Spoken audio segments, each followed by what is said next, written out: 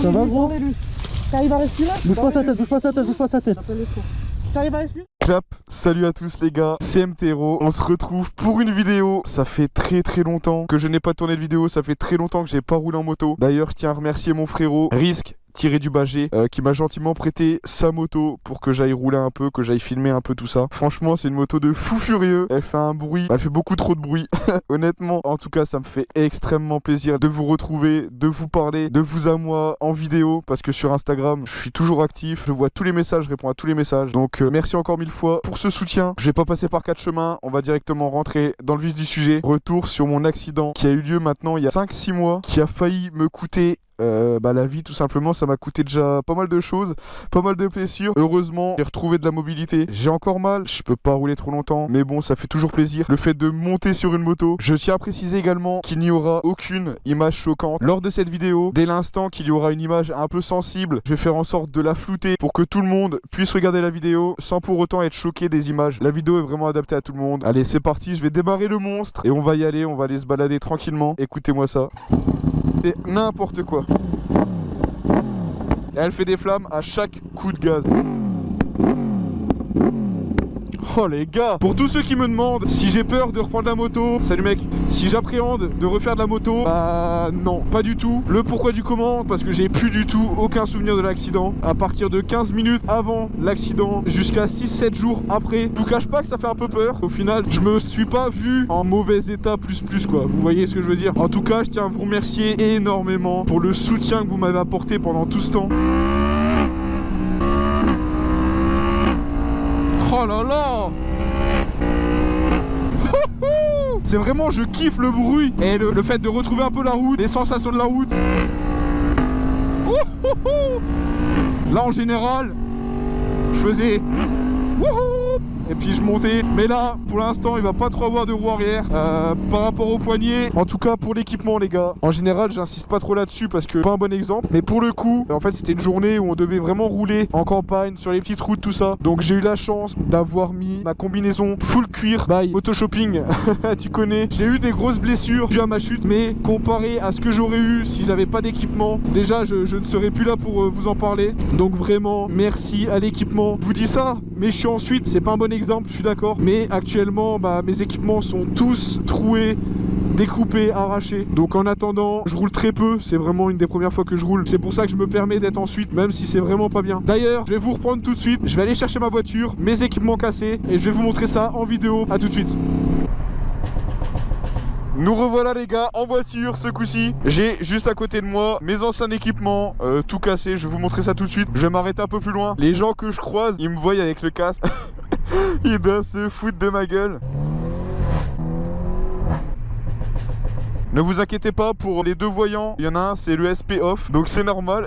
Et l'autre, c'est juste un pneu qui est un peu dégonflé à l'avant. Je sais pas le point de vue, ce que ça donne. En tout cas, dans la voiture ça fait bizarre, mais j'ai l'impression de me croire sur un circuit en fait. C'est affolant. On va faire demi-tour là. Je vais aller me caler. Ouais bah c'est bon. Là il y a des trous un peu partout. Ce qui est drôle avec cette voiture, regardez.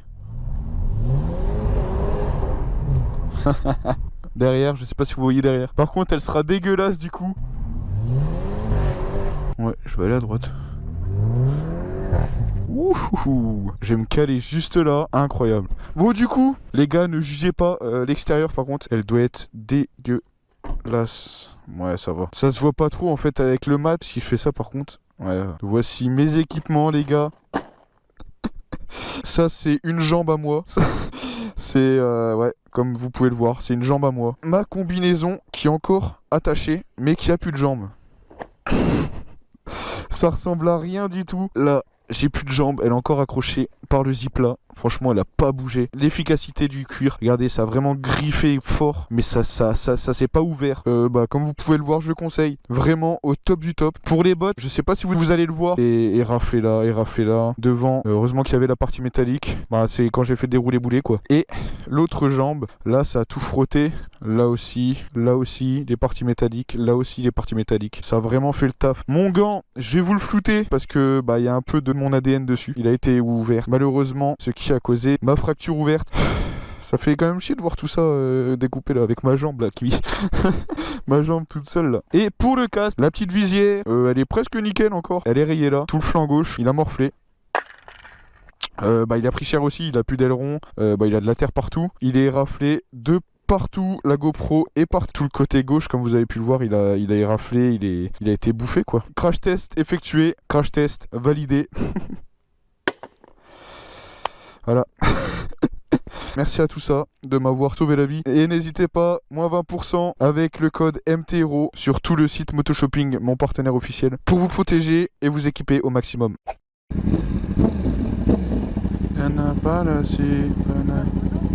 Ouais, avec plaisir.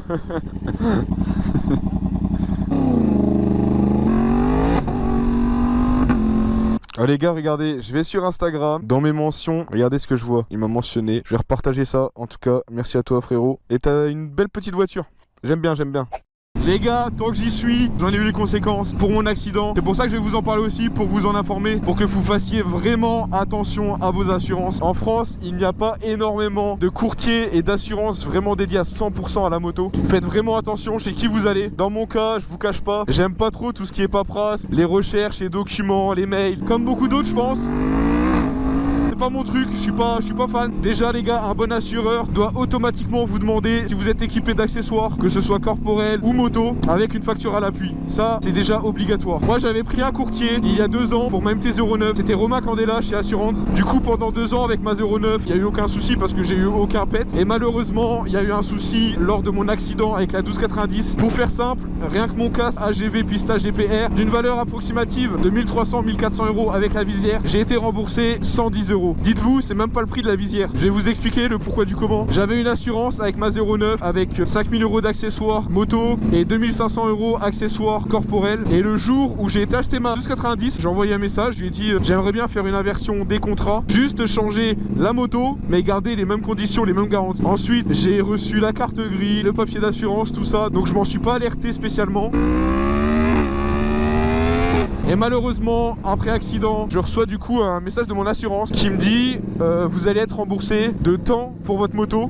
J'ai dit d'accord. Et pour le reste, mes équipements corporels, les équipements de la moto, la ligne d'échappement à 2500 €, tout ça. Et ils m'ont dit bah monsieur, vous étiez pas assuré pour ça. Du coup, comment vous dire, j'étais dans mon lit d'hôpital, je comprenais rien, j'étais shooté au médoc. Et j'ai donc eu une perte d'approximativement 8000 €. Donc vraiment les gars, faites attention à vos assurances, à qui vous prenez, à demander vraiment les conditions en détail, à redemander les papiers de vérification après, tout lire, vraiment c'est super important. Heureusement pour moi, j'ai contacté un autre courtier qui est connu dans le monde de la moto, c'est Stan Ménard, dont j'ai souvent entendu parler.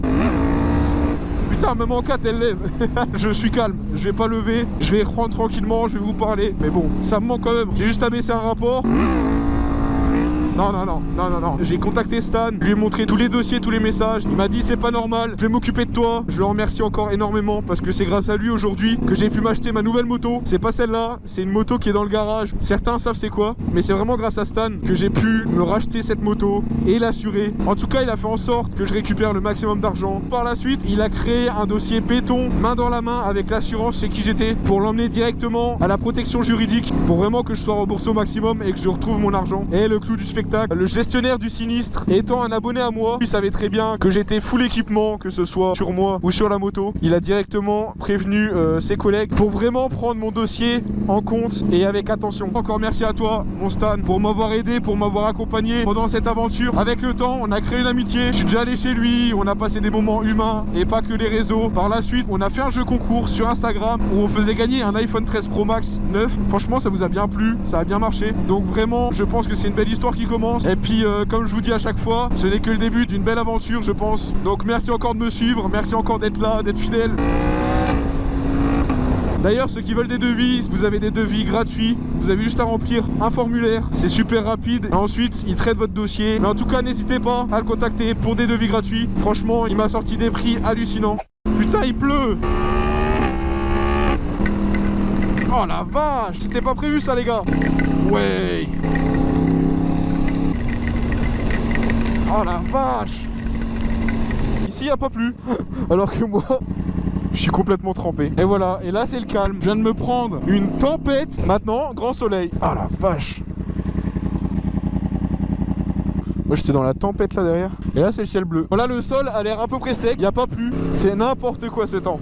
En tout cas, je vais vous faire un petit récapitulatif chronologique de mon accident et l'après-accident, comment ça s'est passé. Du coup, je me suis crash le 12 mars. J'étais directement transféré aux urgences. La nuit du 12, j'ai été opéré du coup une première fois à mon poignet. J'ai eu aussi l'épaule gauche de déboîter, mais ils étaient vraiment focalisés sur mon poignet parce qu'apparemment j'étais vraiment pas dans un bon état. J'avais os, tendons et muscles sectionnés. Même les chirurgiens, après coup, ils m'ont dit que c'était vraiment pas beau sur le moment. Donc bon, je m'en sors bien. Je suis resté donc 6-7 jours à l'hôpital. Ensuite, le 18-19 mars, je suis rentré à la maison. J'étais en PLS, j'avais le poignet là, il était dans un gros plâtre. Je pouvais à peine y toucher parce que j'avais mal. J'avais ma main gauche qui était dans une écharpe. J'ai eu une disjonction claviculaire de stade 3. Autant vous dire que je pouvais rien faire. Vraiment, je pouvais rien faire tout seul. Pendant, je dirais, les 2-3 premiers mois, mon père devait me faire à manger. Il devait me doucher aussi.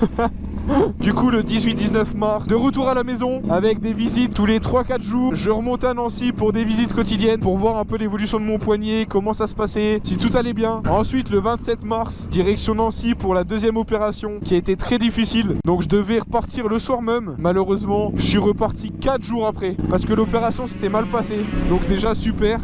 Après, début avril, comme vous pouvez l'imaginer, j'ai bombardé les rendez-vous pour faire des radios de mon poignet, pour des échographies parce que je ressentais rien au niveau du pouce et je pouvais pas le bouger. En tout cas, j'avais un très bon suivi de mon chirurgien. Franchement, c'était top. Oh, les coups de fusil. Du coup, début de la rééducation, franchement j'ai galéré. Avec le temps, au bout d'un mois, j'ai commencé à pouvoir bouger les doigts. Donc c'est à ces moments-là que je voyais vraiment l'évolution. Chaque millimètre que je gagnais avec ma main, franchement c'était une victoire pour moi. C'est au moment les plus difficiles en fait que tu te rends compte de l'utilité de chaque chose en fait. Ah aussi les gars, je vous ai pas dit, lors de ma convalescence, j'ai reçu un message d'un abonné sur Instagram. Il m'a envoyé une photo et c'était ma moto. Et j'ai demandé t'es où pour l'avoir vue quoi, elle est stockée où. Et il m'a donné l'adresse, c'était un garage, je ne sais plus exactement l'endroit. Il m'a dit ouais, je travaille dans un garage, mon garage l'a racheté, on va sûrement la revendre en état ou reprendre des pièces ou je sais pas. En attendant, elle est stockée chez nous. Donc je suis allé voir ma moto. Ça m'a fait un petit pincement au cœur, mais j'ai pu vraiment revoir les dégâts qu'il y avait et je m'étais vraiment pas loupé. Regardez.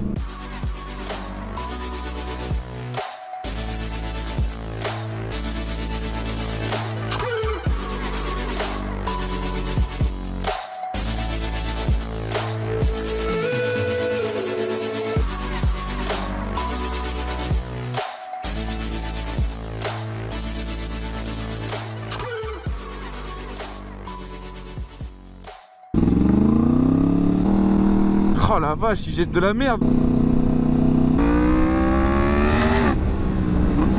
Bon les gars, pour revenir à l'accident en lui-même, c'est totalement de ma faute. J'ai toujours dit, j'ai toujours assumé. J'ai vraiment, avec du recul, fait une grosse connerie. C'est un cumul de choses en fait qui ont fait que je pense. Je vais vous mettre un peu en situation. L'accident s'est passé un samedi. Le vendredi soir, on a fêté un anniversaire. J'ai dû me coucher vers 6-7 heures. Et le lendemain, on avait une balade de prévu avec les potes sur Nancy. Vous imaginez bien, j'ai pas beaucoup dormi. J'ai dû dormir 2-3 heures, même pas. Parce que directement le lendemain, j'ai pris la route sous grand soleil. J'ai fait 1h15 d'autoroute pour les rejoindre. Je suis arrivé, ils venaient de finir de manger. Je me suis dit, je vais pas les retarder plus. Je vais pas manger, on va directement aller se balader. Qui est une grosse connerie. Parce qu'au final, j'avais un manque de sommeil. J'avais pas mangé de la journée. Il faisait une chaleur à crever. Donc vraiment un cumul de beaucoup de choses pas très bonnes. Ensuite, un pote à nous, Donatello, a crevé sa moto. Il y a la vidéo de la crevaison. Je vais à droite.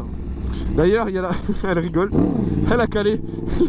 Désolé. Du coup, le frérot a crevé. On s'est arrêté au bord de la route. J'ai éteint ma caméra parce que, bah voilà, on était arrêté, faisait une petite pause, voulait boire un coup. Mais personne n'avait de l'eau sur lui, malheureusement. Et ça a duré 5, 10, 15, 20 minutes en plein soleil. Du coup, j'avais super chaud. Je me suis dit, allez, je vais aller rouler un peu en attendant, tranquillement. C'était vraiment juste pour prendre un peu l'air. Donc, j'ai même pas allumé la caméra. Je dis, bah, ça sert à rien. De toute façon, il va rien se passer. La route, je la connaissais pas. Elle était dans un mauvais état. Il y avait des raccords partout.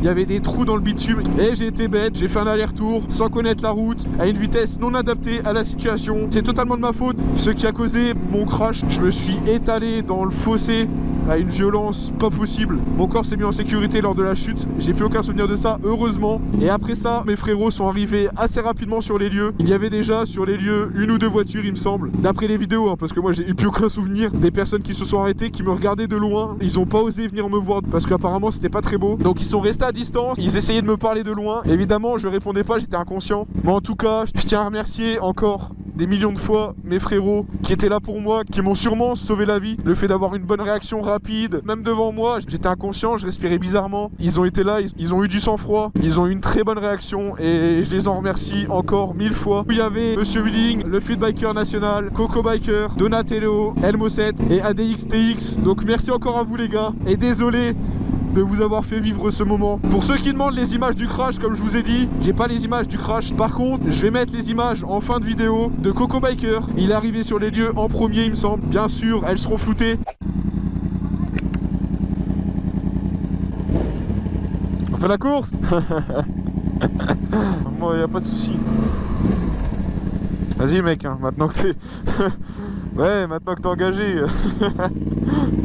Je tiens à vous remercier encore énormément. Il y a beaucoup de remerciements dans cette vidéo, mais je tiens à vous le dire, vraiment merci beaucoup d'être là, merci beaucoup de me suivre, merci beaucoup de m'avoir soutenu. Ça me fait extrêmement plaisir, extrêmement chaud au cœur. Merci d'avoir regardé cette vidéo, ce retour. J'ai beaucoup parlé dans cette vidéo, je suis désolé pour certains, mais bon, il se devait que je vous explique un petit peu en gros ce qui s'est passé. Et je vais essayer d'être vraiment de plus en plus actif sur YouTube. Je vais faire en sorte de l'être en tout cas. Et je vous dis à très bientôt, à très vite. Ciao ciao l'équipe.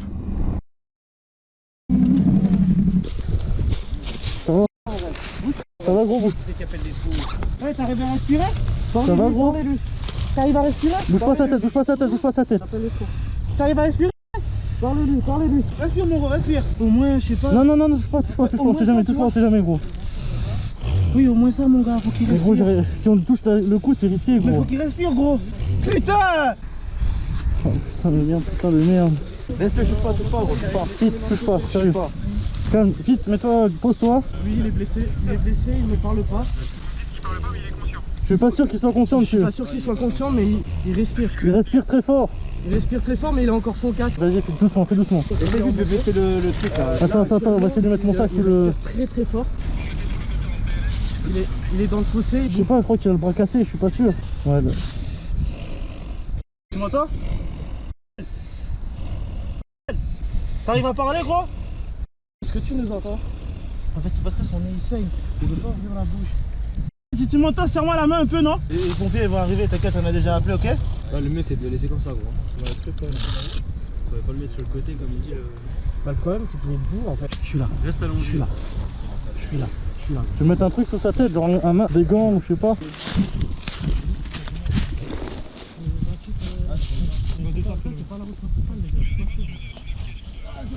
Quelqu'un, vous avez les pompiers au téléphone? Ouais.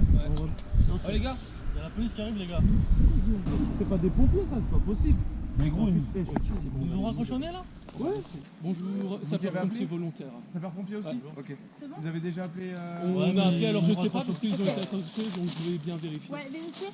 Les gars, s'il vous plaît, vous me décalez toutes les motos, s'il vous plaît, vous les garez le plus proche dans l'air pour pas gêner. Et vous laissez un espace pour l'ambulance qui va se mettre là, ok? D'accord.